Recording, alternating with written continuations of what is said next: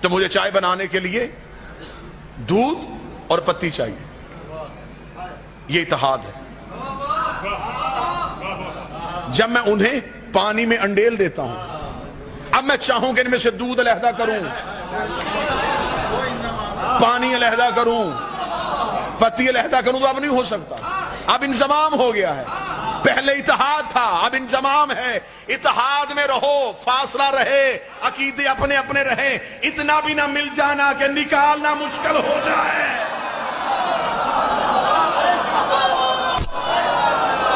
اتنا بھی نہ مل جانا کہ یہ بھی نہ پتا چلے کہ تمہارا عقیدہ کون سا.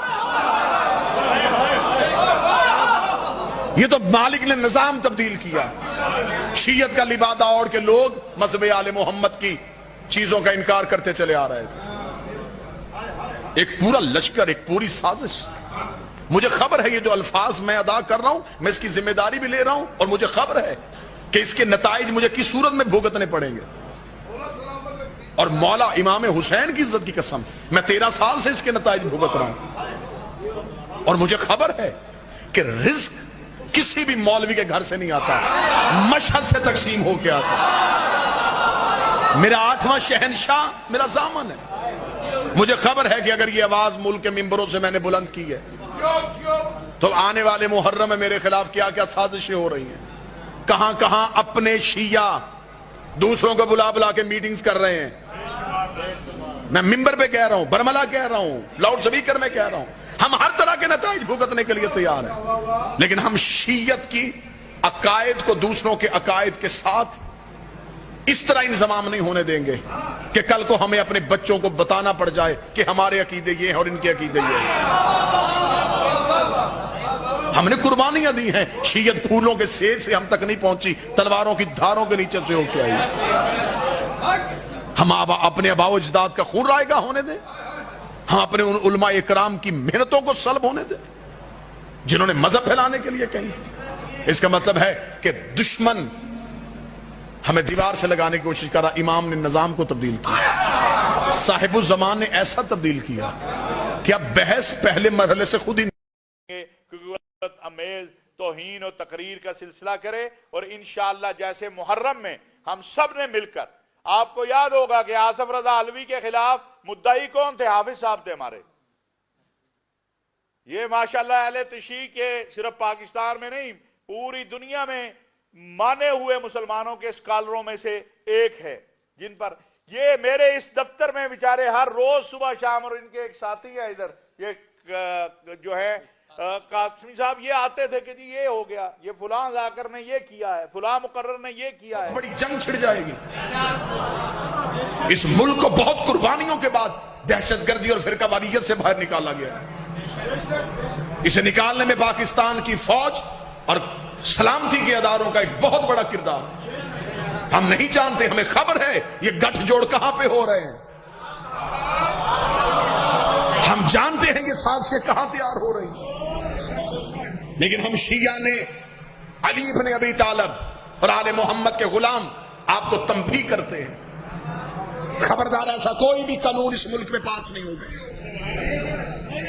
ہم نے آج تک اتحاد بین المسلمین کا اتنا خیال رکھا ہے، آپ صحابہ کے نام کے ساتھ رضی اللہ لکھیں کہیں، ہمیں کوئی اعتراض نہیں. رضی اللہ صحابہ کا ٹائٹل ہے، جچتا ہے انہیں.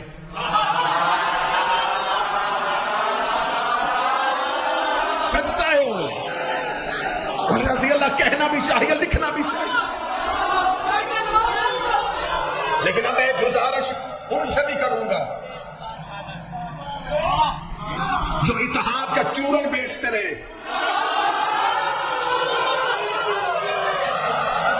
پچھلے 1 مہینے سے غیروں کے ساتھ بیٹھ کے میٹنگیں کرتے رہے. یہ لو تمہارا پہلا نتیجہ آ گیا ہے. کم از کم پورا ملک گواہی نہ دے، ملتان گواہی دے گا. میں نے جامعہ صاحب الزمان اپنی تقریر میں کیا کہا تھا؟ میں نے کہا تھا یہ جو اتحاد ہو رہا ہے اس کے نتیجے میری قوم کو بھگتنے پڑیں گے. جو لوگ بیٹھے تھے وہ گواہی دے گا. نمدار صاحب، میں نے اس میں یہ بھی کہا تھا کہ مجھے اپنی بھی خبر ہے کہ یہ جو بات میں کر رہا ہوں مجھے اس کے کیا نتائج بھگتنے پڑیں گے. آپ اتحاد بین المسلمین کے ہم انکار نہیں کرتے، اتحاد کرو عقیدے پہ رہ کے۔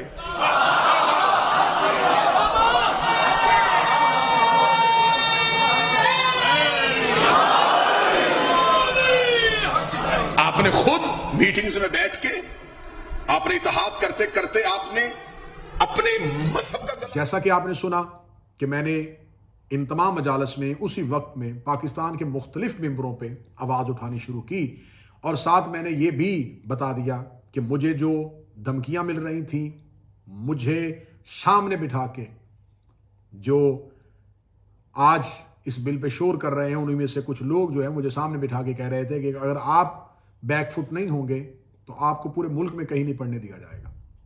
لیکن میری نظر میں میرے لیے میری خطابت کا مضبوط ہونا اور خطابت کا قائم رہنا اتنا ضروری نہیں تھا جتنا میرے لیے ضروری تھا کہ میں آل محمد علیہ السلام سے وفا کروں۔ ہم نے جہاں تک آواز اٹھانی تھی وہاں تک آواز اٹھائی، پھر اسی آواز اٹھانے کے پاداش میں مختلف جگہوں پر پابندیاں لگیں، ان پابندیوں کا کوئی جواز نہیں تھا۔ پھر میری ہونے والی تمام عشرہ محرم کی 2020 کی مجالس کو جن جن جگہوں میں پڑھا وعدہ تھا پڑھنے کا، ان جگہوں کو بین کر دیا گیا، اور یکم محرم مجھے گجرانوالہ میں پڑھا، اس کے بعد مجھے وہاں آنے سے روک دیا گیا۔ 3 محرم کو میں گجرات عشرہ پڑھ رہا تھا، مجھے وہاں پڑھنے سے روک دیا گیا۔ 4 محرم کو سیالکوٹ مجھے پڑھنے سے روک دیا گیا۔ پھر میں ایک ہی جگہ پہ اسلام آباد ترلائی کلاں پہ عشرہ پڑھ رہا تھا، اور 6 محرم کو اس کی ایک مجلس کے ایک کلپ کو اٹھایا گیا، اس کو ایڈٹ کیا گیا، اس کو سیاق و سباق سے ہٹایا گیا اور اس کو وائرل کروایا گیا۔ وہ وائرل کروانے میں دشمنوں کے ساتھ وہ افراد جو ایک لشکر بن کے میرے پیچھے چل رہے تھے، جن کے ناموں سے میں واقف ہوں، جن کے باقاعدہ ثبوت میرے پاس موجود ہیں، وہ کس کس طریقے سے مجھے دھمکا بھی رہے تھے، ڈرا بھی رہے تھے، یہ سب کچھ دشمنوں کے ساتھ مل کے انہوں نے کیا، اور یہ سمجھ رہے تھے کہ فرد کی قربانی دے کے ہم قوم بچائیں گے، ہم ایک بندہ قربان کر دیں گے، لیکن ہم اتحاد بین المسلمین کا چکر چلا کے ان مولویوں کے ساتھ اچھے تعلق اور روابط قائم کر کے شاید ہم کوئی منصب پا جائیں۔ میں خاموش ہو گیا۔ امیر المومنین علی بن ابی طالب علیہ السلام کا فرمان میرے پیش نظر تھا کہ مولا نے فرمایا تھا کہ جب فتنہ سر اٹھا لے تو پھر اپنے گھروں کا فرش بن جاؤ۔ میں نے اپنے مولا امیر المومنین کی اس سیرت جو 25 سال مولا امیر المومنین نے اپنائے رکھی، اس سے روشنی لی۔ میں نے جلا وطنی برداشت کی، میں نے کسی ملک میں جا کے اسائلم نہیں کیا، کسی کا پاسپورٹ حاصل نہیں کیا، کہیں بھی اپنے ان کیسز کو اپنے دنیاوی مقاصد کے لیے استعمال نہیں کیا۔ میں جتنا عرصہ UK میں مقیم تھا میں اتنا عرصہ رہا، وہاں سے اٹھنے کے بعد میں قریب کربلا مولا امام حسین کی بارگاہ میں جا کے وہاں بیٹھ گیا، وہاں گدائی کی، وہاں پر جتنے بھی قافلے زائرین کے آتے ہیں اس بات کے گواہ ہیں کہ وہاں پر ہم نے جس طریقے سے نوکری کی، مولا علیہ محمد علیہ السلام کے ذکر کے حوالے سے اپنے اس سلسلے کو جاری و ساری رکھا، اور آج تک اس سلسلے کو جاری و ساری کیے ہوئے ہوں۔ آج بھی ملک پاکستان میں آنے پر پابندی ہے، آج بھی ملک پاکستان میں آنے نہیں دیا جا رہا۔ بتانے کا مقصد 3 سال یہ خاموشی اس لیے رکھی کہ میں کبھی بھی اپنی ذات کو نمایاں نہیں کرنا چاہتا، میں کبھی بھی یہ نہیں چاہتا کہ قوم مجھے مانے کہ میں نے کیا کیا ہے۔ میں یہ چاہتا ہوں کہ بے شک میرا نام رہے نہ رہے، مجھے لوگ یاد رکھے نہ رکھیں، لیکن اہل بیت علیہ السلام کے ساتھ ہم مخلص رہیں، آل محمد علیہ السلام کے ساتھ مخلص رہیں۔ مشرک ہونے کا الزام، نصیری ہونے کا الزام، غالی ہونے کا الزام، یہ سب کچھ لگا کے انہوں نے سوشل میڈیا پہ ایک پراپوگنڈا کیا تاکہ افراد کو دور کیا جا سکے، مجھے تنہا کیا جا سکے۔ لیکن میرے سامنے سنت حضرت ابو ذر تھی، انہوں نے جب حکومت کو للکارا تھا تو انہیں امیر المومنین نے مدینہ سے باہر آ کے جب رخصت کیا تو مولا نے فرمایا تھا، ابو ذر یہ دنیا تیرے بارے میں وہ جو تصور کر رہی ہے تو وہ نہیں ہے، اور جو تو چاہتا ہے یہ وہ نہیں چاہتے۔ تو سرکار امیر المومنین کے وہ الفاظ جو حضرت ابو ذر کو مولا نے آخری وقت میں کیے تھے وہ میرے لیے مشعل راہ تھے۔ سرکار حضرت ابو ذر کا ربضہ کے صحرا میں علی کی ولایت لے کے صحرا میں بیٹھ جانا یہ میرے لیے ہدایت کا نمونہ تھا۔ میں نے اپنی اسی مالک کی سنت کو پیروی کی اور آج تک مسلسل الحمدللہ اسی پیروی پہ مصروف عمل ہوں۔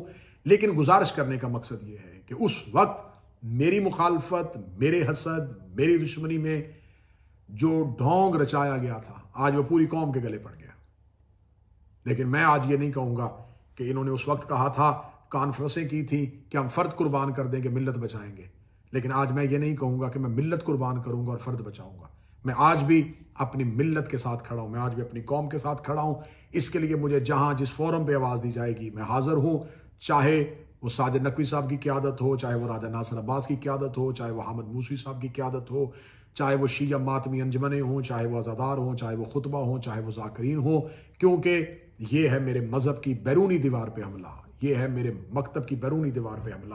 لیکن میں ان قائدین اور اکابرین سے یہ ضرور کہوں گا کہ باخدا ابھی بھی اپنے اندر کے ان ابو موسیٰ اشعریوں کو ڈھونڈ لیں جو مذہب کا سودا اور مذہب کا بیپار کرتے ہیں اور برملا اعلان کرتے ہیں کہ ہاں ہم اس مذہب کا بیپار کرتے ہیں، جنہوں نے دشمنوں کے ساتھ مل کے یہ سازشیں کی تھی، آج انہیں کم از کم پہلی صفوں میں نہ رکھیں۔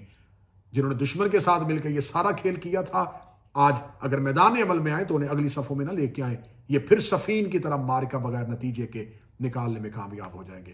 خداوند متعال آپ کا حامی و ناصر ہو، ہمیں حق کہنے، حق بولنے، حق سننے، حق سوچنے، حق سمجھنے کی توفیق دے، اور اپنی ذات کی نفی کرتے ہوئے اہل بیت سے مخلص ہونے کی توفیق عطا فرمائے۔ السلام علیکم یا علیہ السلام۔